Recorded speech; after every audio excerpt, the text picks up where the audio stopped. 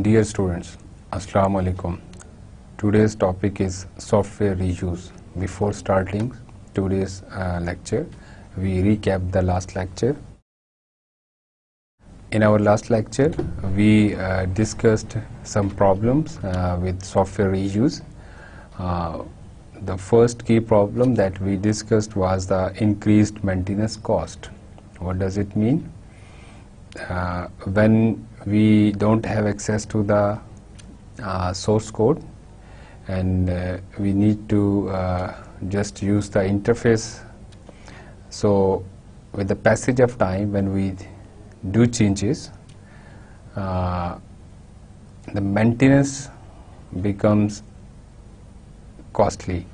So this is the one problem. The second problem, quite possible, that we don't have the appropriate tool support for the software reuse. Whatever the components, the software we are using, we may not have the appropriate tools that we can use to integrate with the systems. And similarly, another problem that is called not invented here syndrome. What does it mean? Some organizations feel that they can have better control or they can produce better quality software product, so they prefer in-house development and they don't go for the components that are already available or the software that are already available for the reuse. And similarly, there is another problem, that is we need resources to create a component library, and once it is created, we need to maintain it. And relevant to this problem, there is another problem that we need technical, good skilled staff that can actually effectively use the component library. So these are the common problem that we may face when we reuse the software. Then we discuss the reuse landscape. What does it was? And we discussed the different possible usage or different level of software reuse. So the first one was application frameworks, and then we did in detail discuss this application frameworks. It is about the generic structure of the software, what will be the modules and what will be the interaction of those modules. So in different domains we have different frameworks to reuse, and similarly we have another application or the area of the reuse that is called legacy system wrapping. We have old applications and we just change the interface, or we wrap the old application to reuse it for some specific time in any organization. Similarly, service-oriented system, in such systems we have services that can be reused, or some service providers are available. They have a set of standard services, and different system can acquire or use those services. It is also a kind of software reuse. And similarly, another important area, that is software product lines, and we also discussed in detail about software product lines. And in software product line we are more focused on the base application, and once a base application is developed, we just create, or we may say that we modify the base application for different customers or for different needs or different requirements. So different organizations like mobile phone vendors, they have such application, they have software product lines, and for different they have one base application, and then they have different models of the mobiles. So for different models of mobile, they have somehow different requirements. So they make changes in the base application to come up with the customized or new application. And similarly, we have COTS product reuse. that today's topic is more focused on the COTS product, and COTS product are commercial off-the-shelf product, and we will discuss in detail today. And there are some other areas of the reuse landscape. And then we discussed key factors for the reuse, and the first one was a development schedule.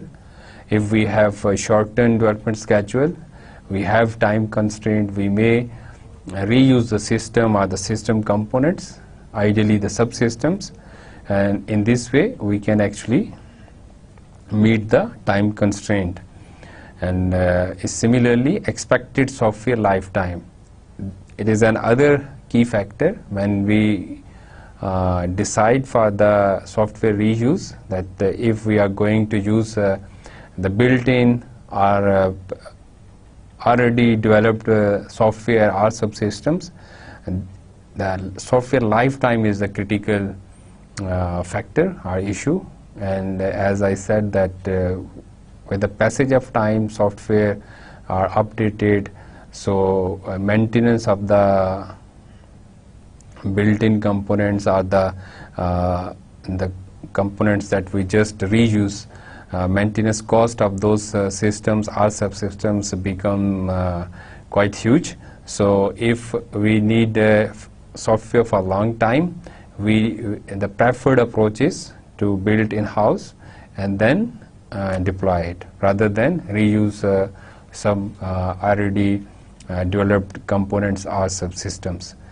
And similarly, another key factor is what the team we have for the development, or the system that include the use of software components that are already in the library of the organization. So the skills, experience of the development team, if they are not competent in software reuse, they cannot effectively use this software reuse practice. So another key factor is criticality of the software and non-functional requirements. If we are more interested in non-functional requirements, like we are very concerned with the performance of the system. So in case of components that we are getting from outside the organization, and we are not developing those software or components within the organization, so we cannot be sure about those components in context of the performance. So if we need high performance system, we need to go for in-house development. And similarly, another key factor is application domain. In different application domains, we have very good already built-in systems, so we may use those systems. But for some specific domain, if there is no system available, then we need to develop it from the scratch. And similarly, system platform is another key factor. Whatever is the hardware and the operating system, we need to understand it, and quite possible some components or systems are suitable or feasible, we may say the compatible with the some specific operating system or the platform, and the same systems may not be compatible with the some other kind of platform. So these are the key factors that we need to understand. And then we discussed in detail about the application framework and software product line. And the key discussion was about the differences of the application framework and software product line. When we talk about the application frameworks are normally domain specific, whereas software product lines are in general, it is not like domain specific. But in case of framework, we are also the language specific. In the case of software product line, it is not necessarily language specific. And in application framework, we are more focused on the object-oriented approach. We use object-oriented approach to develop different application frameworks. but in case of software product line, it is not necessary to use this object-oriented approach. So these are the key differences that we normally face, that we can differentiate these two different area of the software reuse.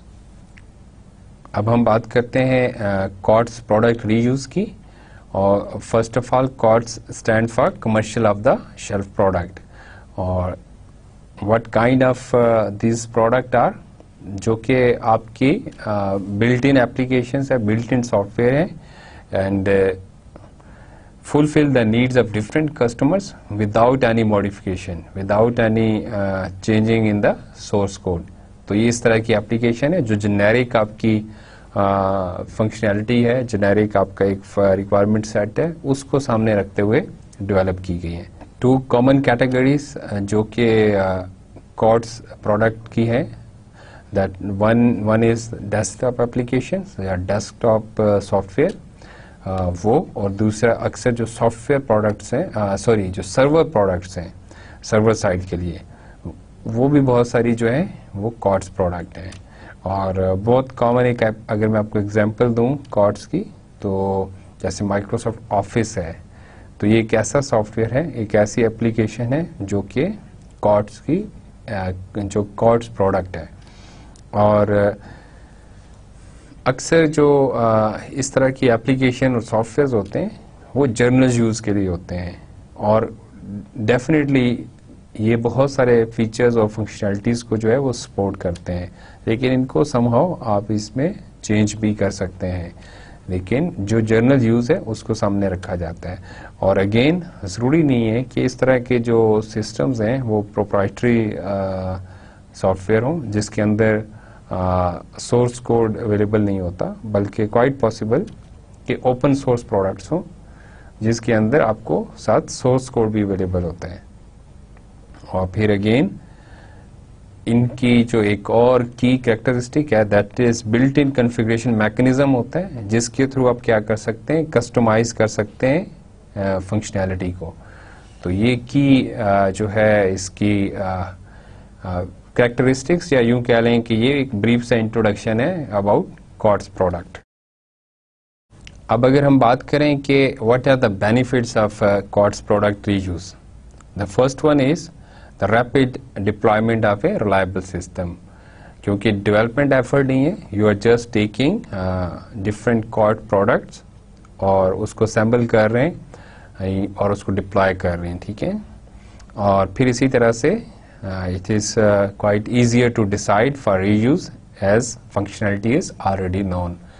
COTS product के अंदर आपको कोई confusion नहीं है, कोई इसमें difficulty नहीं है, आपके पास already आपको पता है कि इसकी क्या कुछ feature set है. तो based on those known feature set you may easily decide कि आपको ये product suit करती है या नहीं करती.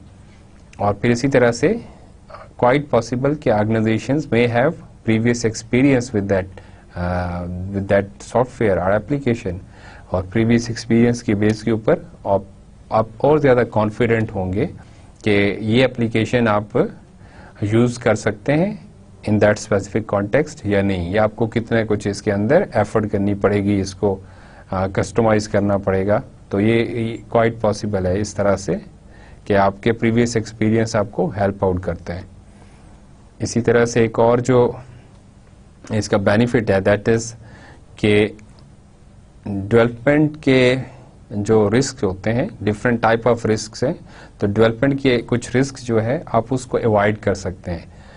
जो जब आप स्क्रैच से प्रोडक्ट बना रहे हैं तो आप डेवलपमेंट क्वाइट पॉसिबल कि आपकी जो डेवलपमेंट है वो बड़ी स्मूथ हो, और आप बड़ा इजीली जो है ड्यू टाइम के अंदर, ड्यू बजट के अंदर जो है, जो एस्टिमेटेड बजट है उसके अंदर आप प्रोडक्ट बना लें. लेकिन क्वाइट पॉसिबल कि आप किसी स्टेज के ऊपर, किसी स्पेसिफिक टाइम के ऊपर जो है स्टक हो जाए, और आप जो रिसोर्सेज प्लान किए थे उससे ज़्यादा जो है, या आप जो है सक्सेसफुली वो उस तरह से प्रोडक्ट नहीं बना सकें जो जैसे कि आपने एज यू इंटेंडेड.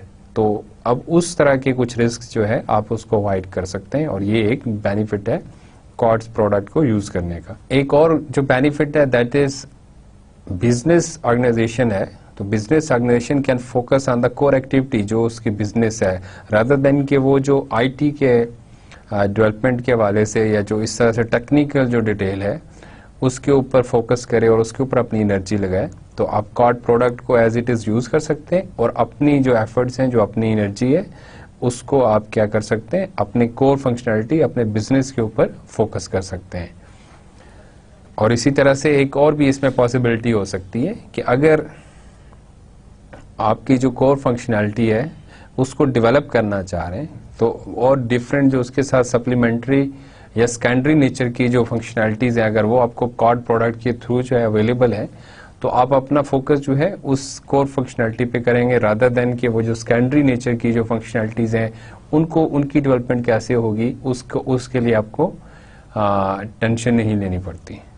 और फिर अगेन एक और जो प्लस पॉइंट है जब आप कॉर्ड प्रोडक्ट्स को यूज करते हैं, दैट इज कि जो वेंडर है जो आपको वो प्रोडक्ट प्रोवाइड कर रहा है, that vendor is responsible for the updates. जो भी उसकी अपडेट्स आनी है, जो उसके अंदर अगर कोई प्रॉब्लम्स हैं तो उसको रेक्टिफाई करना है, और उसका अपडेटेड वर्जन जो है वो वेंडर की रिस्पॉन्सिबिलिटी है, रादर देन कि आप उस जो है प्रॉब्लम को फेस करें।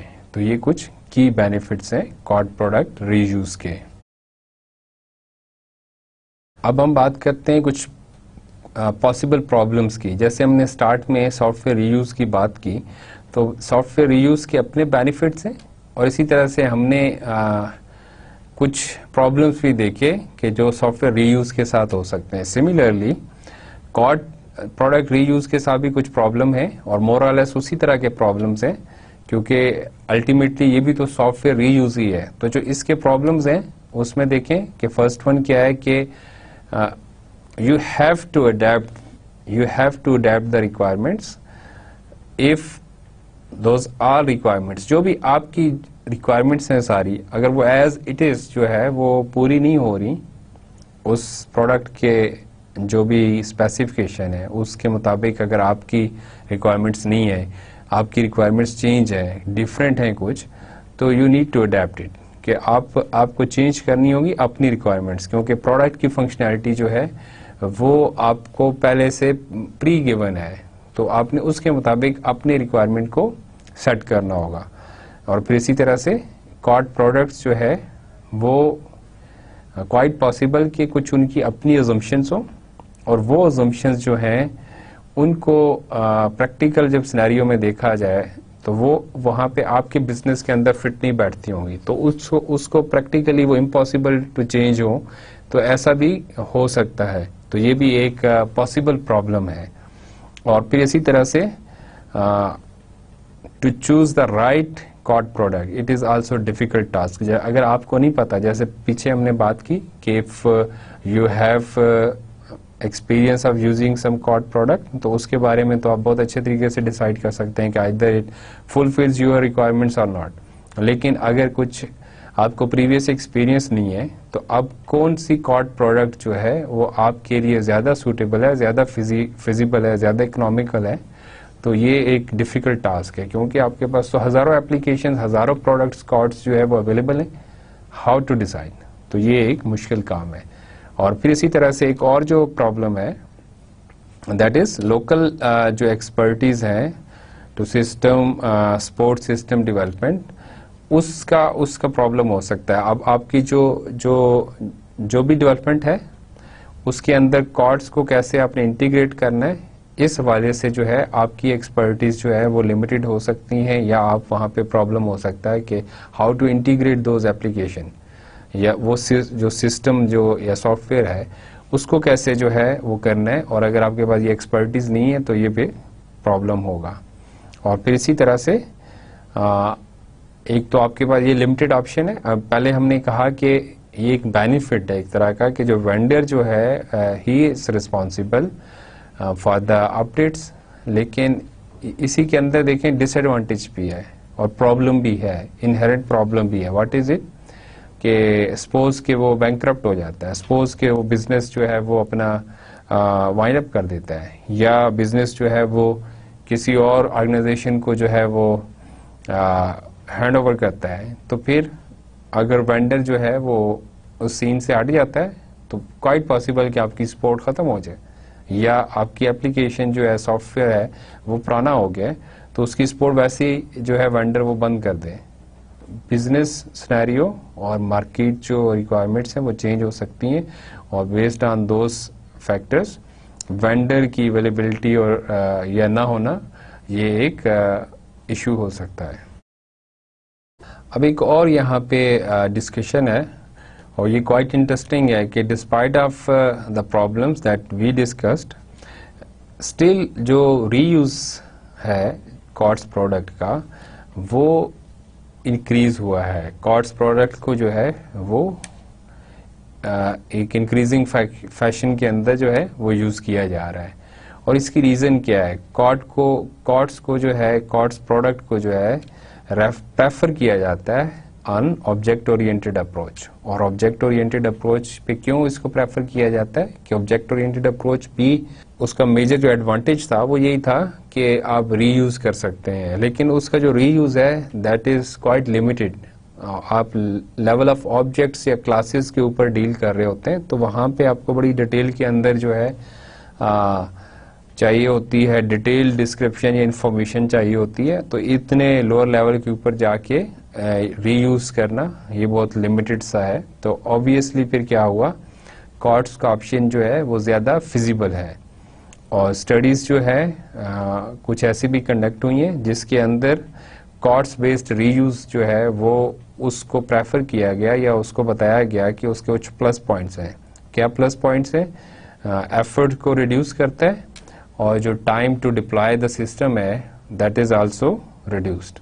और फिर कॉर्ड्स प्रोडक्ट को भी फर्दर दो तरह से क्लासिफाई किया जाता है। The first category is COTS solution systems, and the second one is COTS integrated systems. और अब इनको वन बाय वन डिस्कस करते हैं कि ये क्या है। कॉर्ड्स सॉल्यूशन सिस्टम ये जेनेरिक एप्लीकेशन सिस्टम्स होते हैं, और इसकी एग्जांपल देखें कि जैसे मैनेजमेंट सिस्टम है, एक इंफॉर्मेशन मैनेजमेंट सिस्टम है फॉर डेंटिस्ट, तो अब वो क्या करता है, इसके अंदर जेनेरिक आपके पास फीचर है, फंक्शनैलिटीज हैं, like it can handle appointments, ठीक है, it can manage dental records, और it can store the patient records, और वो सारे जो डिटेल्स हैं पेशेंट से रिलेटेड उसको मैनेज कर सकता है। तो ये एक अब इस तरह का जो सोल्यूशन है, जो इस तरह का सिस्टम है, ये क्वाइट जेनेरिक है, और कोई भी डेंटिस्ट जो है इसको यूज कर सकता है। सेकंड एग्जांपल जो है इससे बड़े लेवल की है, दैट इज ईआरपी सिस्टम। तो ईआरपी जो होते हैं, इंटरप्राइज जो आपके सिस्टम होते हैं, वो अगेन बड़े लेवल के ऊपर यूज होते हैं, और ऑर्गेनाइजेशनल लेवल के ऊपर होते हैं। जैसे डिफरेंट बिजनेस यूनिट्स होते हैं, की बिजनेस की प्रोसेसेस होते हैं, उनको कैसे जो है आप मैनेज करते हैं या कैसे ऑटोमेट करते हैं, like manufacturing, ordering, customer relationship management activities. तो ये सारी एक्टिविटीज की सपोर्ट जो है ईआरपी प्रोवाइड करता है। इसको आगे और फर्दर हम ईआरपी को डिटेल में डिस्कस करेंगे।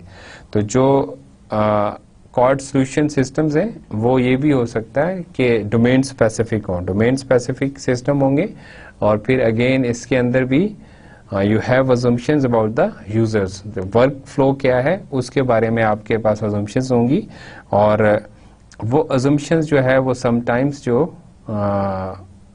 प्रॉब्लमेटिक भी हो सकती हैं। जैसे पहले हमने बात की पीछे कि इसमें प्रॉब्लम हो सकता है। जैसे एक एग्जांपल है कि ये स्टूडेंट की एग्जांपल लेते हैं कि एक यूनिवर्सिटी मैनेजमेंट सिस्टम है, डोमेन स्पेसिफिक सिस्टम है, और उसके अंदर हमने अज्यूम किया है कि स्टूडेंट जो है वो एक ही डिग्री प्रोग्राम में एक यूनिवर्सिटी इंस्टीट्यूट में एनरोल होगा, और ये मोस्ट ऑफ द टाइम ठीक है। लेकिन अब कोई ऐसी यूनिवर्सिटी है जहाँ पे, जिसको जैसे आमतौर पे कहते हैं dual degree program. Dual degree program में क्या है कि स्टूडेंट यहाँ पे भी इनरोल है, और वही स्टूडेंट किसी और जो पार्टनर यूनिवर्सिटी है उसके अंदर भी इनरोल है। तो फिर अब इसकी रजिस्ट्रेशन कैसे होगी? क्योंकि आपका सिस्टम जो है वो अज्यूम कर रहा है कि आपकी रजिस्ट्रेशन किसी एक स्पेसिफिक यूनिवर्सिटी के साथ किसी एक स्पेसिफिक प्रोग्राम में है, लेकिन इस केस में देखें कि दो डिफरेंट तरह के प्रोग्राम्स भी हैं और दो डिफरेंट यूनिवर्सिटीज़ भी हैं। तो इस तरह के सिनेरियोज होते हैं जो कि अजम्पशंस आपकी वहाँ पे उस स्पेसिफिक सिनेरियो के अंदर फिट नहीं बैठती और ना ही आप उसको फिर चेंज कर सकते हैं, तो फिर आपको प्रॉब्लम्स आते हैं। अब हम बात करते हैं ईआरपी सिस्टम्स की। और ईआरपी सिस्टम्स जो हैं वो बड़ी ऑर्गेनाइजेशंस के अंदर यूज होते हैं और ये एक वाइडली यूज्ड फॉर्म है या टाइप है सॉफ्टवेयर रीयूज की। और इसकी एग्जांपल हम लेते हैं कि जैसे सैप है, सैप का नाम आपने बहुत सुना होगा। इनका जो ईआरपी सिस्टम है वो क्वाइट पॉपुलर और बहुत सारे ऑर्गेनाइजेशंस के अंदर वो यूज होता है। अब उसके अंदर क्या है, डिफरेंट तरह के आपके कंपोनेंट्स हैं या डिफरेंट मॉड्यूल्स हैं, like related to ordering and invoicing, inventory management और इसी तरह से मैन्युफैक्चरिंग स्केजुलिंग। तो ये डिफरेंट जो है मॉड्यूल्स या सर्विसेज वो आपको प्रोवाइड करता है। और फिर इसके अंदर ऐसा नहीं है कि आप एज इट इज इसको जो है वो डिप्लॉय कर दें किसी भी ऑर्गेनाइजेशन के अंदर, नहीं।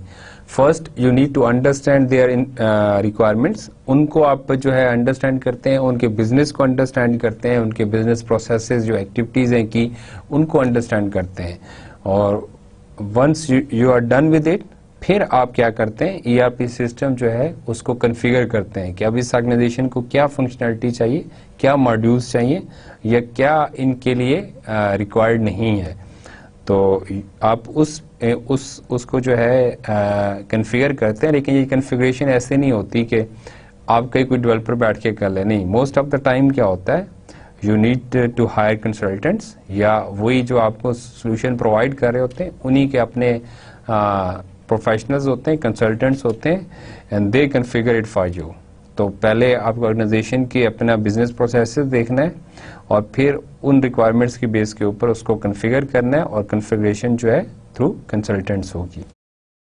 अब हम बात करते हैं कि ईआरपी सिस्टम का एक जनरल ईआरपी सिस्टम है, उसका एक जनरल आर्किटेक्चर क्या होता है, उसकी डिफरेंट लेयर्स हैं।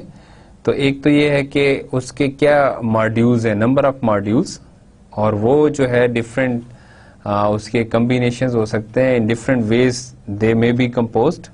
और फिर अगेन इसके अंदर हमने देखना होता है कि वही कि क्या रिक्वायरमेंट्स हैं and we need to configure it. कुछ मॉड्यूल्स चाहिए होंगे, कुछ नहीं चाहिए होंगे, तो पूरा कॉन्फ़िगरेशन प्रोसेस जो है उसको अंडरस्टैंड करना ज़रूरी है। इसको आगे हम डिस्कस करते हैं। और फिर इसी तरह से जो सेकंड एक लेयर कह सकते हैं, एक लेयर मॉड्यूल्स की लेयर है, second layer is the business processes. और बिजनेस प्रोसेसेस के अंदर क्या होता है, you need to define a processes that are associated with each module. वो जो भी एक स्पेसिफिक, जैसे ऑर्डरिंग का मॉड्यूल है जो ऑर्डर्स को डील कर रहा है, तो उस मॉड्यूल से रिलेटेड आपके बिजनेस प्रोसेसेस क्या है।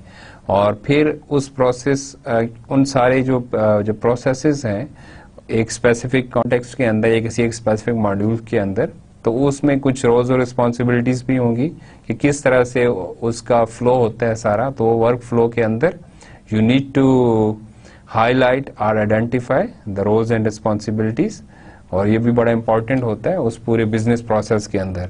और फिर जो तीसरी लेयर कह सकते हैं दैट इज कॉमन डेटाबेस। एक आपने डेटा को मेंटेन करना है, जो भी डिफरेंट इंफॉर्मेशन है, रिलेटेड इंफॉर्मेशन है within that specific organisation और within that specific business domain, तो वो इंफॉर्मेशन आपने मेंटेन करनी है। तो आपको कोई डेटाबेस सिस्टम चाहिए, डेटाबेस लेयर चाहिए, और जो की पर्पस है वो यही है कि डिफरेंट यूनिट्स या डिफरेंट जो सब डिपार्टमेंट्स हैं विद इन द ऑर्गेनाइजेशन वो रेप्लिकेशन और डेटा की, और एक सेंट्रलाइज्ड डेटाबेस हो जिसके थ्रू जो है आप डेटा को एक्सेस कर रहे हो या अपडेट कर रहे हो। और इसी तरह से बिजनेस रूल्स, ये एक फोर्थ लेयर है, की लेयर है ये भी, और it is all about the rules and regulations, जो भी उस डेटा से रिलेटेड आपके रूल्स हैं और वो कंसिस्टेंट होने चाहिए, क्योंकि अल्टीमेटली आप डेटा के साथ डील कर रहे हैं। आपका कोई बिजनेस प्रोसेस है, उस बिजनेस प्रोसेस से रिलेटेड कोई डेटा है, वो डेटा की स्टोरेज है, और उसको कैसे आपने मेंटेन करना है और कैसे उसको अपडेट करना है। तो ये जो डिफरेंट लेयर्स हैं ये हमें एक जर्नल आर्किटेक्चर बताती हैं for a journal ERP system. ये किसी भी स्पेसिफिक ERP सिस्टम नहीं का आर्किटेक्चर नहीं है, बल्कि एक जनरल आर्किटेक्चर है। इस स्लाइड के ऊपर एग्जांपल देखें, ये पेज नंबर 443 से है, सॉफ्टवेयर इंजीनियरिंग बुक जो है आयन सोमरविली की। ये जो 4 लेयर्स हमने डिस्कस किए हैं वो यहाँ पे प्रेजेंट की गई हैं। देखें सबसे नीचे जो है वो सिस्टम डेटाबेस है। सिस्टम डेटाबेस के ऊपर जो है वो बिजनेस रूल्स हैं जो कि एप्लीकेबल हैं इस सारे प्रोसेस के अंदर। और फिर अगेन ऊपर जो टॉप के ऊपर है वो डिफरेंट मॉड्यूल्स हैं, जैसे परचेजिंग, सप्लाई चेन, लॉजिस्टिक्स, और इसी तरह से CRM है, कस्टमर रिलेशनशिप मैनेजमेंट है। तो इनसे रिलेटेड अपने इनके प्रोसेसेस होंगे। तो ये सारे देखें किस तरह से आपस में कनेक्टेड हैं या कैसे आपस में रिलेट करते हैं। अब हम बात करते हैं कि क्या पॉसिबल लिमिटेशन जो है वो हैं या हो सकती हैं of any ERP system reuse. और इसके अंदर जो है देखें अगेन फंक्शनैलिटी जो है वो रिस्ट्रिक्टेड है, restricted to the generic one. आपने बेस्ड ऑन कॉमन रिक्वायरमेंट्स आपने फंक्शनैलिटी प्रोवाइड की है उस ERP सिस्टम के अंदर। तो क्वाइट पॉसिबल कि किसी एक ऑर्गेनाइजेशन की जो प्रैक्टिसेस हैं, जो रिक्वायरमेंट्स हैं, वो वैरी करती हैं दूसरे रिक्वायरमेंट से, दूसरे ऑर्गेनाइजेशन की रिक्वायरमेंट से, लेकिन हर एक ऑर्गेनाइजेशन का कुछ कॉमन सेट है। तो अब जो ERP सिस्टम जो बना रहे हैं, जो वेंडर्स हैं, वो क्या कर रहे हैं, जो डेवलपर्स हैं, तो वो उन कॉमन सेट को फोकस कर रहे हैं और फिर आपकी स्पेसिफिक फंक्शनैलिटी जो है वो उसके अंदर एड्रेस नहीं हो रही। तो अब ऑर्गेनाइजेशन जो प्रोसेसेस हैं they need to be expressed in the system configuration language. What does it mean कि अब जब आप ERP सिस्टम रीयूज करने की तरफ जा रहे हैं तो आपको अपने बिजनेस प्रोसेस को जो है वो कस्टमाइज करना होगा, customise to the according to the specific ERP system जिसको आप रीयूज करने जा रहे हैं, जिसको आप डिप्लॉय कर रहे हैं, और उसकी जो कॉन्फ़िगरेशन लैंग्वेज है, उसकी जो टर्मिनोलॉजी है, जो उसके कॉन्सेप्ट्स हैं, अपने उसको अडॉप्ट करना है। और फिर इसी तरह से क्या होगा, क्वाइट पॉसिबल कि you have mismatch between business concepts and the concept provided by the configuration language, कि जो आपका सिस्टम जो प्रोवाइड कर रहा है, जिस तरह की टर्मिनोलॉजी और जिस तरह का बिजनेस प्रोसेस या कॉन्सेप्ट, उसके साथ आपका कन्फ्लिक्ट हो, आपका मिसमैच हो, तो आपको ये जो है इस प्रॉब्लम को देखना होगा। इसके एग्जांपल देखें कि एक ERP सिस्टम है एक यूनिवर्सिटी के लिए। अब यूनिवर्सिटी के कॉन्टेक्स्ट में कस्टमर कौन हो सकता है, तो जो कस्टमर का जो कॉन्सेप्ट है एक आम मैन्युफैक्चरिंग ऑर्गेनाइजेशन के अंदर क्वाइट सिंपल स्ट्रेट फॉरवर्ड है, उसमें कोई इतना प्रॉब्लम नहीं है। तो डिफरेंट जो इस तरह की ऑर्गेनाइजेशंस हैं उनके लिए तो customer is okay, this word this concept is okay. जब लेकिन यूनिवर्सिटी की बात करते हैं तो यहाँ पे कुछ थोड़ा सा एक कॉम्प्लिकेटेड सा मामला है कि स्टूडेंट जो है वो यूनिवर्सिटी का कस्टमर हो सकता है, कोई यूनिवर्सिटी की फंडिंग एजेंसीज डिफरेंट हैं वो यूनिवर्सिटी की कस्टमर हो सकती हैं, और कोई इंस्टीट्यूट्स हैं जिनके साथ इंस्टीट्यूट जो है, जो यूनिवर्सिटी जो है वो कोलैबोरेट कर रही है, वो भी उसके क्वाइट पॉसिबल के कस्टमर्स हों। तो अब इस केस के अंदर वो ERP जो है अगर यूनिवर्सिटी के अंदर इम्प्लीमेंट होना है तो वहाँ पे we need to we again के रीडिफाइन और customise our processes and the concepts, क्योंकि वो जो फंक्शनैलिटी है वो जेनेरिक है और उस जेनेरिक फंक्शनैलिटी के बेस के ऊपर वो मॉड्यूल्स और सारा कुछ बना हुआ है।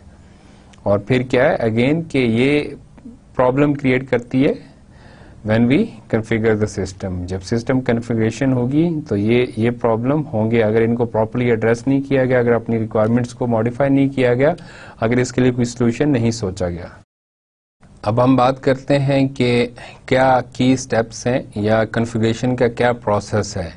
कॉर्ड सॉल्यूशन सिस्टम की हम बात कर रहे हैं, हम ERP की बात कर रहे हैं, ERP सिस्टम्स की।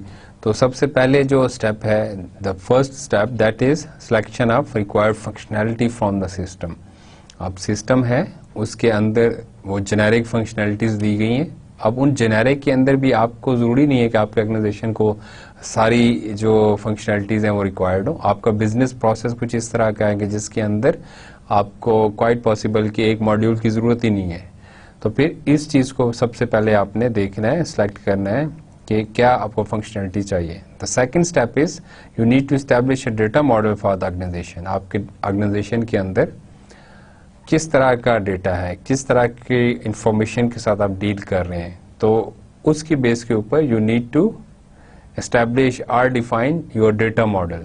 और वो डेटा मॉडल बना के उसके बाद you need to define business rules to apply on the data. वो डेटा किस तरह से मैनिपुलेट हो रहा है आपके उस बिजनेस प्रोसेस के अंदर, किस तरह से क्या क्या उसके अंदर वेरिएशन आ रही है, क्या उसके अंदर की स्टेप्स हैं, तो बिजनेस रूल्स क्या उसके ऊपर अप्लाई हो रहे हैं। You need to define those business rules. और इसी तरह से fourth step that is define the expected interactions with external systems. आपकी क्वाइट पॉसिबल कि जो आपका सिस्टम है, जो आपका ऑर्गेनाइजेशन है, जो बिजनेस प्रोसेस इस तरह से डिजाइन है, you need to interact with other systems, external systems. तो अब उनके साथ आपकी एक्सपेक्टेड इंटरैक्शन क्या होगी, इसको आपने डिफाइन करना है। Similarly you need to define the input forms and output reports. आपकी इनपुट्स क्या है अपने बिजनेस प्रोसेस के अंदर, कॉन्टेक्स्ट के अंदर, और आपको क्या आउटपुट्स रिक्वायर्ड हैं, आउटपुट रिपोर्ट्स क्या है, तो you need to define it. इसी तरह से you need to define new business processes to confirm the system. जो मैंने कहा कि change, you need to change the requirements. आपने सिस्टम के अकॉर्डिंगली अपने आप को चेंज करना होता है। तो अब उस सिनेरियो के अंदर आपको क्या बिजनेस प्रोसेसेस चेंज करने होंगे, क्या नए बिजनेस प्रोसेसेस इंट्रोड्यूस कराने होंगे, तो you need to define it. और फिर इसी तरह से you need to set parameters to deploy the system on its underlying platform. जो भी आपका प्लेटफॉर्म है, जो भी आपका हार्डवेयर है, जो भी जिस तरह के आपके ऑपरेटिंग सिस्टम और इस तरह के जो फैक्टर्स हैं, उनको सामने रखते हुए you need to set the parameters के अब आपने कैसे इसको डिप्लॉय करना है सिस्टम को। कॉन्फ़िगरेशन होगी, कॉन्फ़िगरेशन के स्टेप्स मैंने आपको एक्सप्लेन किए। तो once it is decided, it is done, तो फिर क्या करना है, you need to test it. आपने सिस्टम टेस्टिंग करनी है। और टेस्टिंग जो है कॉर्ड सॉल्यूशन का एक बड़ा प्रॉब्लम है, क्योंकि आपके जो सिस्टम्स होते हैं, कॉर्ड सॉल्यूशन जो होते हैं, जो ईआरपी सिस्टम्स होते हैं, तो ये ईआरपी के लिए भी है और कॉर्ड सॉल्यूशन जनरल जो सिस्टम है उनके लिए भी है, ये कॉन्फ़िगरेशन प्रोसेस भी, और ये जो अभी जो हमारी डिस्कशन भी है। तो अब इसके अंदर जो सिस्टम डेवलपमेंट हुई है वो रिलायबल प्लेटफॉर्म के ऊपर होती है, बड़े अच्छे तरीके से उसको डेवलप किया जाता है। तो अपेरेंटली उसके जो प्रॉब्लम्स हैं वो उस तरह से सिस्टम स्पेसिफिक नहीं होते, और सिस्टम की डिप्लॉयमेंट में उस तरह से प्रॉब्लम नहीं होता। लेकिन प्रॉब्लम कहाँ पे आता है, एक्चुअल प्रॉब्लम्स कहाँ पे एग्जिस्ट करते हैं, वो प्रॉब्लम होते हैं जब आपकी जो इंटरैक्शन है, interaction of the operational processes and the system configuration. आपने ऑपरेशनल प्रोसेसेस जो भी हैं उसको हो सकता है मॉडिफाई किया हो, लेकिन स्टिल जब वो आपके कॉन्टेक्स्ट के अंदर, आपके ऑर्गेनाइजेशन के अंदर जब ईआरपी सिस्टम डिप्लॉय होगा, यूज होगा, तो अब उसकी जो कॉन्फ़िगरेशन है और जो आपके बिजनेस प्रोसेसेस हैं उनके अंदर कन्फ्लिक्ट आ सकता है। तो वो with the passage of time जो है आप आइडेंटिफाई कर सकते हैं, और डेफिनेटली जो आपके एंड यूजर हैं वो आइडेंटिफाई करेंगे। और यहाँ पे कोई इस तरह से नहीं है कि ऑटोमेटेड टेस्टिंग हो, और वो जो ऑटोमेटेड अपने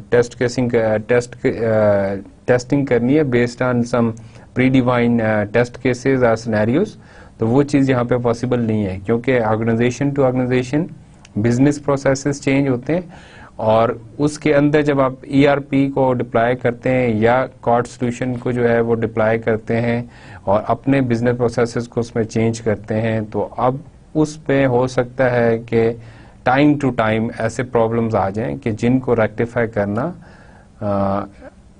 मुश्किल हो, और वो डिप्लॉयमेंट टाइम के ऊपर शायद इतने ईजिली आइडेंटिफाई ना हो सके।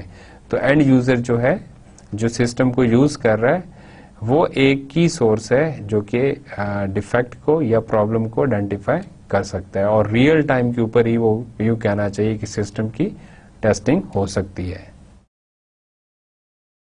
अब हम बात करते हैं कॉर्ड्स इंटीग्रेटेड सिस्टम्स की। और कॉर्ड्स इंटीग्रेटेड सिस्टम क्या होते हैं, पहले हमने कॉर्ड्स एप्लीकेशन सिस्टम, अब हम इंटीग्रेटेड सिस्टम्स की बात करते हैं। तो जब हम दो या दो से ज्यादा जो प्रोडक्ट्स हैं, कॉर्ड्स प्रोडक्ट्स, उनको इंटीग्रेट करते हैं, उनके थ्रू जो है कॉन्फ़िगरेशन करते हैं या सिस्टम हम डिप्लॉय करते हैं, that is called COTS integrated systems. और ये कब होता है, ऐसे सिस्टम की तरफ हम क्यों जाते हैं?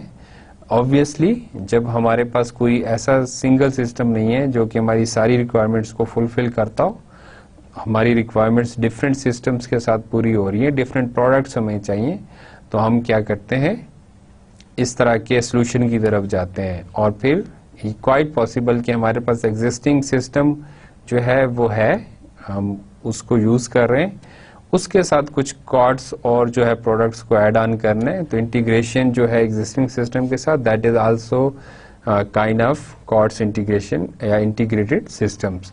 और ये इंटरेक्शन जो कैसे होती है इन कॉर्ड्स के दरमियान और एग्जिस्टिंग जो सिस्टम्स होते हैं थ्रू APIs, जो आपके एप्लीकेशन प्रोग्रामिंग इंटरफेस होते हैं। और फिर इसी तरह से ये भी पॉसिबल हो सकता है, क्वाइट पॉसिबल, कि आपके एक सिस्टम है, उस सिस्टम की जो आउटपुट है that can be use for as input for another system. और ये भी हो सकता है कि आप किसी डेटाबेस को अपडेट करें और अब 2 डिफरेंट सिस्टम उसी सेम डेटाबेस को जो है वो यूज करें और जो भी उनके मैनिपुलेशन है वो करें। और फिर अगेन इसके अंदर जो है डिजाइन चॉइसेस क्या हो सकती हैं। जब हम कॉर्ड्स इंटीग्रेटेड सिस्टम की बात करते हैं तो जो की क्वेश्चन है, देखें कि which COTS products offer the most appropriate functionality. हमने पहले तो ये देखना है कि कौन सी प्रोडक्ट्स हैं that provide us the maximum functionality, the most appropriate functionality. और फिर इसी तरह से ये देखना बहुत जरूरी है कि how data will be exchanged. ये बड़ा इंपॉर्टेंट कंसर्न है। डिफरेंट जो प्रोडक्ट्स हैं वो डिफरेंट तरह से डेटा प्रोड्यूस कर रही हों, डिफरेंट उनके फॉर्मेट्स हों, तो अब उनकी जो एक्सचेंज है बिटवीन 2 डिफरेंट कॉर्ड्स प्रोडक्ट, तो वो कैसे होगा। इसी तरह से जो तीसरा देखें कि क्वेश्चन है, what features of A product will actually be used. क्या वो की फीचर्स हैं जो कि वाकई यूज होने, और कौन से ऐसे फीचर्स हैं जो कि अननेसेसरी हैं, जो कि आपने यूज नहीं करने या आपके ऑर्गेनाइजेशन से रेलेवेंट नहीं है। तो अगेन रादर देन कि आप अननेसेसरी फीचर्स और फंक्शनैलिटी को भी लें, आप उसको टोटली उसको एक्सेस नहीं होना चाहिए, उसको टोटली आप जो है साइडलाइन करना चाहिए। ऐसी जो एक्सेस है, अननेसेसरी एक्सेस, वो प्रॉब्लम क्रिएट कर सकती है। तो आप एरर्स को कम करने के लिए जरूरी है कि सिर्फ रिक्वायर्ड फंक्शनैलिटी जो है, रिक्वायर्ड जो फीचर्स हैं, उसको यूज किया जाए। इस स्लाइड के ऊपर देखें, कॉर्ड्स इंटीग्रेटेड प्रोक्योरमेंट सिस्टम एक एग्जांपल है। इंटीग्रेटेड सिस्टम की एक एग्जांपल तो प्रोक्योरमेंट सिस्टम है। एक ऑर्गेनाइजेशन है, अगर सपोज उस एक बड़ी ऑर्गेनाइजेशन उसका सेटअप है, उसका एक सेंट्रल प्रोक्योरमेंट ऑफिस है और उसके बहुत सारे जो है और लोकेशंस के ऊपर ऑफिसेज है। तो अब अगर वो ऑर्गेनाइजेशन प्लान करती है कि we need some integrated solution और हम अपनी कॉस्ट को रिड्यूस करना चाह रहे हैं, पेपर वर्क को हम कम करना चाह रहे हैं, तो प्रोक्योरमेंट जो उनका सेंट्रल प्रोक्योरमेंट ऑफिस है, वहां पे उनका ऑलरेडी एक सिस्टम एग्जिस्ट करता है, ऑर्डरिंग और इनवाइसिंग सिस्टम। तो उस सिस्टम के लिए अब पॉसिबल जो कॉर्ड प्रोडक्ट्स यूज कर सकते हैं, जिनको उस सिस्टम के साथ इंटीग्रेट कर सकते हैं, उसको इस डायग्राम के अंदर एक डिस्क्राइब किया गया है। They need email system on the client side, they need web browser. और इसी तरह से अगर आप सर्वर साइड पे देखें तो जो ऑर्डरिंग एंड इनवाइसिंग सिस्टम है, ये एग्जिस्टिंग सिस्टम है। अब इसका जो डेटा है वो किस स्पेसिफिक फॉर्मेट में है, और एक और आपने कॉर्ड्स जो है प्रोडक्ट ली है, that is e commerce system, जो कि आपके डिफरेंट जो ऑफिस के अंदर जो आपके क्लाइंट्स हैं या जो आपके लोग हैं जिन्होंने इस सेंट्रल सिस्टम को एक्सेस करना है, तो ई कॉमर्स सिस्टम उनको ये फैसिलिटी प्रोवाइड कर रहा है through email system and web browser. लेकिन ई कॉमर्स सिस्टम का जो डेटा फॉर्मेट है, क्वाइट पॉसिबल कि वो डिफरेंट हो, और ऑर्डरिंग एंड इनवाइसिंग सिस्टम का डेटा फॉर्मेट वो डिफरेंट हो। तो इन दोनों के दरमियान जो कम्युनिकेशन है, जो कि इनको सिंक करे, उसके लिए आपको काइंड ऑफ कनेक्टर चाहिए, एडेप्टर चाहिए, जो कि उस चीज को कन्वर्ट कर सके। जैसे हमने पीछे APIs की बात की कि डिफरेंट आपकी एपीआईज हो सकती हैं, तो ये इंटरफेस आपको रिक्वायर्ड है बिटवीन टू डिफरेंट सिस्टम्स। तो एक अडेप्टर ये हो गया, और दूसरा अडेप्टर जो है एक ऐसी एपीआई कह लें आप इसे, that we need between ordering and invoicing system and email system, कि जब आपका डेटा जो है वो थ्रू ईमेल सिस्टम जो है आपको मिलेगा या इससे जाएगा, तो फिर उसको कैसे जो है अंडरस्टैंड करना है दोनों डिफरेंट सिस्टम्स ने। तो इस तरह से आप इसको यूज कर सकते हैं, और इस तरह की अब ये जो सोल्यूशन है डेफिनेटली ऑर्गेनाइजेशन को जो है ज़्यादा सूट करेगा एज कम्पेयर टू कि वो हर ऑफिस अपने ऑफिस से जनरेट करे कोई प्रोक्योरमेंट की रिक्वेस्ट, और उसके अंदर जो है और डिफरेंट तरह के जो है डिसएडवांटेजेस या प्रॉब्लम्स हो सकते हैं। तो एक सेंट्रल अगर सिस्टम होगा उसमें आपकी कॉस्ट कम हो जाएगी, और आप बेस्ट जो आपके सप्लायर्स होंगे जो आपको ज़्यादा अच्छी प्राइस कोट्स दे रहे हैं, आप उनको सेलेक्ट करेंगे और एक सेंट्रल सिस्टम डेवलप होगा। अब हम बात करते हैं कि क्या पॉसिबल प्रॉब्लम्स हो सकते हैं कॉर्ड्स इंटीग्रेटेड सिस्टम के। तो पहला जो प्रॉब्लम है that is lack of control over functionality and performance. What does it mean कि आपको क्योंकि सोर्स कोड पे जो एक्सेस अवेलेबल नहीं है, आप जस्ट उसका इंटरफेस यूज कर रहे हैं, तो जब कोई हिडन ऑपरेशन जो है उसके अंदर किसी भी रीजन की वजह से कुछ हो सकता है, तो उस तरह के हिडन जो ऑपरेशंस हैं किसी स्पेसिफिक सिचुएशन के अंदर, वो आपके सिस्टम को इंटरफेयर कर सकते हैं, और वो जो इंटरफेरेंस है वो डिस्टर्बेंस क्रिएट करेगी, प्रॉब्लम क्रिएट करेगी, लेकिन आप उसको जो है वो फिक्स नहीं कर सकते क्योंकि आपको सोर्स कोड जो है वो अवेलेबल नहीं है। और फिर इसी तरह से जो प्रॉब्लम फिक्सिंग है, जैसे हमने कहा कि ऑर्गेनाइजेशन का अपना बिजनेस प्रोसेस है, ऑर्गेनाइजेशन के बिजनेस प्रोसेस को हमने कस्टमाइज करना है अकॉर्डिंग टू द सिस्टम। तो अब इसके अंदर जो प्रॉब्लम पॉसिबल हो सकते हैं उनको फिक्स करना किसका प्रॉब्लम है, अगेन वो कंसर्न किसका है, वो प्रोडक्ट इंटीग्रेटर का है जिसने ये रिस्पॉन्सिबिलिटी दी है। वेंडर का कोई रोल नहीं है। वेंडर जो है उसने पहले से एक अजम्पशंस के साथ एक आपको प्रोडक्ट दे दी है, और उसका कोई इसमें कंसर्न नहीं है कि आपको इस सिस्टम को इंटीग्रेट करने में क्या प्रॉब्लम्स आते हैं। और फिर इसी तरह से सेकंड जो प्रॉब्लम हो सकता है that is related to interoperability. जब आप कॉर्ड सिस्टम की इंटरऑपरेबिलिटी की बात करते हैं तो what does it mean, again वही कि हर जो कॉर्ड प्रोडक्ट है उसकी अपनी अजम्पशंस हैं, और वो अजम्पशंस जो है वो कन्फ्लिक्टिंग हो सकती हैं। एक स्टडी कंडक्ट की गई जिसके अंदर 4 जो है डिफरेंट प्रोडक्ट्स को इंटीग्रेट किया गया था। उन 4 जो प्रोडक्ट्स थी उनमें से 3 जो है वो इवेंट बेस्ड जो है वो प्रोडक्ट्स थी, और हर जो प्रोडक्ट थी वो अज्यूम कर रही थी कि उसके पास वो जो इवेंट क्यू है, इवेंट क्यू के एक्सक्लूसिव एक्सेस उसको है। तो ये एक तरह की अब कन्फ्लिक्टिंग जो है रिक्वायरमेंट है, कन्फ्लिक्टिंग अजम्पशन है। 3 डिफरेंट प्रोडक्ट्स हैं और हर एक जो है वो एक्सक्लूसिव एक्सेस चाहती है इवेंट क्यू के ऊपर। तो अब इस तरह के ये जो स्टडी की गई, इसके अंदर जब इन 4 प्रोडक्ट्स को इंटीग्रेट किया गया तो जो आपकी प्रोजेक्ट एफर्ट थी that was 5 times more than originally predicted. जो भी आपने एस्टिमेट किया था उससे 5 गुना ज्यादा आपको एफर्ट करना पड़ी, और this project took 2 years time as compare to the estimated 6 months time. तो ये एक बड़ा उसका दूसरा एक प्रॉब्लम।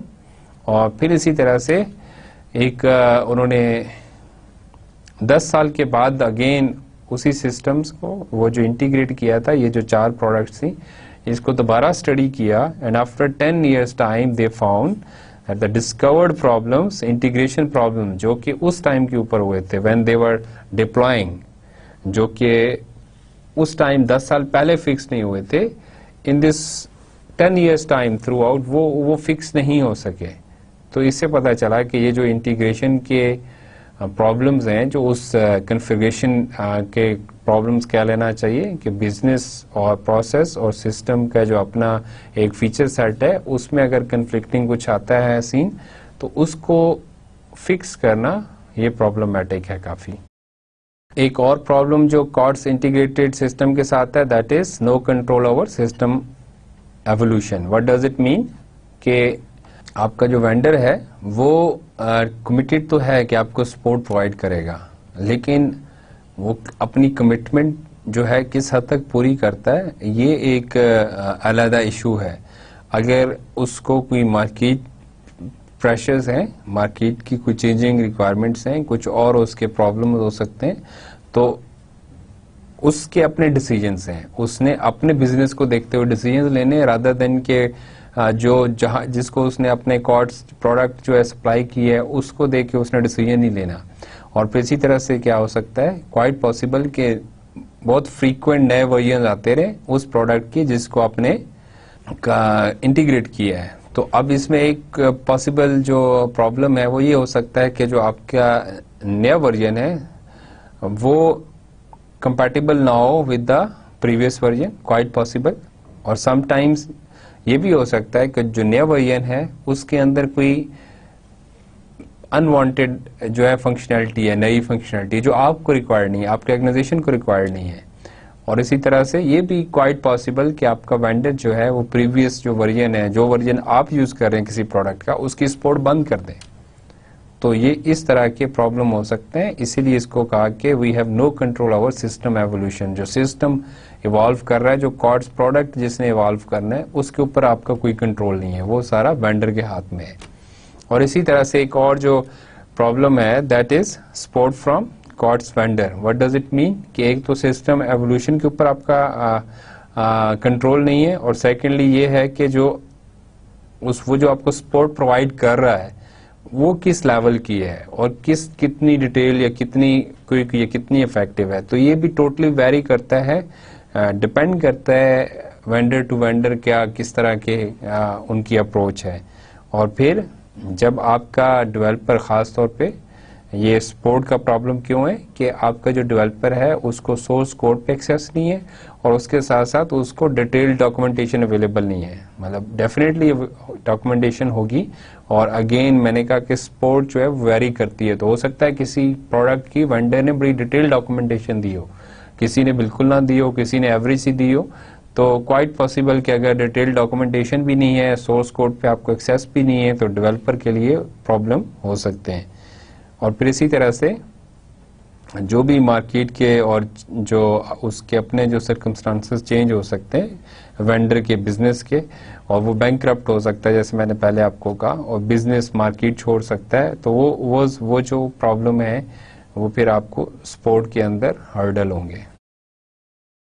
कुछ और भी प्रॉब्लम हो सकते हैं, जैसे कि जो आपके सिस्टम मेंटेनेंस कॉस्ट है और जो सिस्टम एवोल्यूशन है वो काफ़ी ज़्यादा हो सकती है। जो अभी हमने प्रॉब्लम डिस्कस की है, based on those problems cost of maintenance में बी क्वाइट हाई। तो उसको आप जहन में रखें। फिर इस तरह से अगेन लाइफ साइकिल प्रॉब्लम से मुराद ये है कि आपकी वही जो डेवलपमेंट का जो एक साइकिल है, उसकी जो प्रोडक्ट की एक अपना लाइफ साइकिल है, उस through out that life cycle आपको डिफरेंट तरह की ये जो इश्यूज प्रॉब्लम्स हो सकते हैं, और इसको कैसे आप एड्रेस करेंगे ये ऑर्गेनाइजेशन को डिसाइड करना होगा when they are going for COTS integrated system.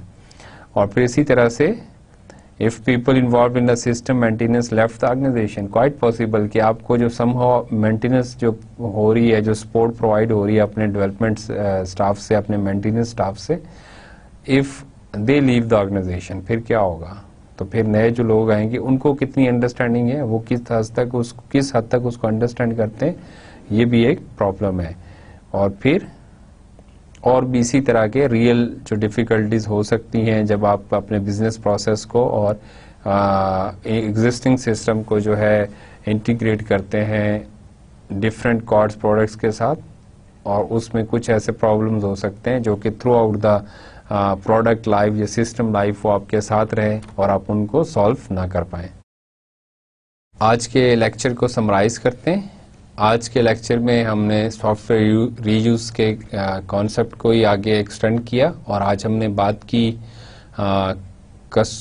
Commercial off the shelf product reuse की, और इसके अंदर हमने पहले बेनिफिट्स देखे कि क्या पॉसिबल बेनिफिट्स हो सकते हैं। वही कि जैसे डिप्लॉयमेंट टाइम है वो बड़ा शॉर्ट है, आपको जो ऑलरेडी बिल्ट इन जो है ये बने बनाए सिस्टम जो है वो अवेलेबल है और आप अपने कोर फंक्शनलिटी के ऊपर फोकस कर सकते हैं। और इसी तरह से आपको सपोर्ट जो है वेंडर जो प्रोवाइड करता है, मेंटेनेंस जो है वो वेंडर की रिस्पॉन्सिबिलिटी है। तो ये कुछ इस तरह के बेनिफिट्स थे जिसको हमने देखा, लेकिन इसके साथ साथ हमने कहा कि कुछ प्रॉब्लम्स भी हो सकते हैं जब हम कॉर्ड्स प्रोडक्ट रीयूज की बात करते हैं। और प्रॉब्लम्स में हमने कहा कि आपको सोर्स कोड जो है अक्सर केसेस के अंदर अवेलेबल नहीं है। तो अब सोर्स कोड अवेलेबल नहीं है तो अगर कोई उसके जो हिडन ऑपरेशंस है उसकी वजह से आपके सिस्टम में डिस्टर्बेंस हो सकती है, आप उसको फिक्स नहीं कर सकते।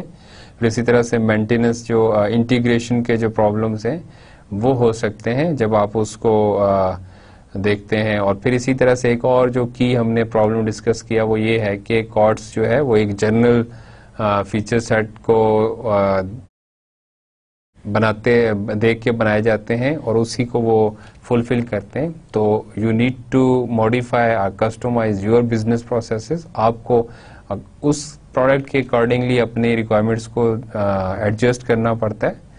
तो फिर हमने बात की कि दो डिफरेंट तरह के जो है सिस्टम्स हैं कॉर्ड्स के अंदर, कॉर्ड्स सॉल्यूशन सिस्टम्स और कॉर्ड्स इंटीग्रेटेड सिस्टम्स। और जो कॉर्ड्स सॉल्यूशन सिस्टम्स है वो हमने कहा कि जर्नल एप्लीकेशंस है और उसके अंदर हमने दो तरह की कहा कि डेस्कटॉप सॉफ्टवेयर भी हो सकते हैं और सर्वर सॉफ्टवेयर भी हो सकते हैं। लेकिन एक बड़े लेवल का जो रीयूज है कॉर्ड्स सॉल्यूशन सिस्टम का दैट इज ERP सिस्टम्स। और ERP सिस्टम्स को हमने डिस्कस किया कि जो बड़ी ऑर्गेनाइजेशंस हैं उनके अपने बिजनेस प्रोसेसेस होते हैं, उनको सामने रखते हुए जेनेरिक जो है एक सिस्टम बनाया जाए जो कि की बिजनेस फंक्शंस को जो है एड्रेस करता हो और उसके पॉइंट ऑफ व्यू से डेटा को मैनेज करता हो। इस तरह के सिस्टम डिफरेंट जो ऑर्गेनाइजेशंस हैं वो प्रोवाइड करती हैं, वेंडर्स प्रोवाइड करते हैं। और जो SAP का ERP है वो क्वाइट पॉपुलर है, डिफरेंट ऑर्गेनाइजेशन बड़ी ऑर्गेनाइजेशंस के अंदर उसको इम्प्लीमेंट किया जाता है, डिप्लॉय किया जाता है। और हमने आर्किटेक्चर की बात की ERP सिस्टम के और हमने कहा कि 4 डिफरेंट लेयर्स हो सकती हैं। सबसे पहले आपकी वो डेटाबेस लेयर है, डेटाबेस सिस्टम है जो कि अपने डेटा को मेंटेन करना, ओवरऑल जो भी बिजनेस रिलेटेड आपकी इंफॉर्मेशन है उसके साथ कुछ बिजनेस रूल्स एसोसिएटेड है। उन बिजनेस रूल्स को देखते हुए आपने ये सारी डेटा मैनेजमेंट करनी है। और प्लस आपके पास कुछ की मॉड्यूल्स हैं जो कि आपके बिजनेस फंक्शंस परफॉर्म कर रहे हैं और उसके साथ आपके कुछ बिजनेस प्रोसेस जो है वो एसोसिएट हैं। तो बिजनेस प्रोसेसेस और मॉड्यूल्स जो है वो उस तरह से सिंक होते हैं और आपको एक जो है स्मूथ जो है फ्लो देते हैं ओवरऑल बिजनेस का विद इन द ऑर्गेनाइजेशन। तो जब हमने इसकी लिमिटेशन की बात की तो लिमिटेशन में हमने देखा कि ERP में अगेन लिमिटेशन जो की लिमिटेशन है वो यही है कि ऑर्गेनाइजेशन को चेंज करना पड़ेगा अपनी रिक्वायरमेंट्स को, अपने बिजनेस प्रोसेस को according to the system configuration language. और बिजनेस जो कॉन्सेप्ट्स हैं उनका कॉन्फ्लिक्ट हो सकता है विद सिस्टम कॉन्फ़िगरेशन लैंग्वेज। जैसे हमने एक एग्जांपल ली कि कस्टमर जो है एक इन जर्नल ऑर्गेनाइजेशन के अंदर ये जो कॉन्सेप्ट है इट इज़ क्वाइट क्लियर। लेकिन अगर यूनिवर्सिटी की एग्जांपल है, यूनिवर्सिटी अगर ERP को डिप्लॉय करती है तो यूनिवर्सिटी के अंदर कस्टमर जो है वो क्या होगा, कौन होगा, ये एक कॉम्प्लिकेटेड क्वेश्चन है। स्टूडेंट्स आर क्वाइट पॉसिबल कि उनको हम प्राइमरी कस्टमर कह सकें, लेकिन इसी तरह से कुछ डिफरेंट फंडिंग एजेंसीज हो सकती हैं, कुछ और इंस्टीट्यूट्स हो सकते हैं। तो अब कस्टमर को डिफाइन करना पड़ेगा in the context of system, जो सिस्टम कॉन्फ़िगरेशन लैंग्वेज है।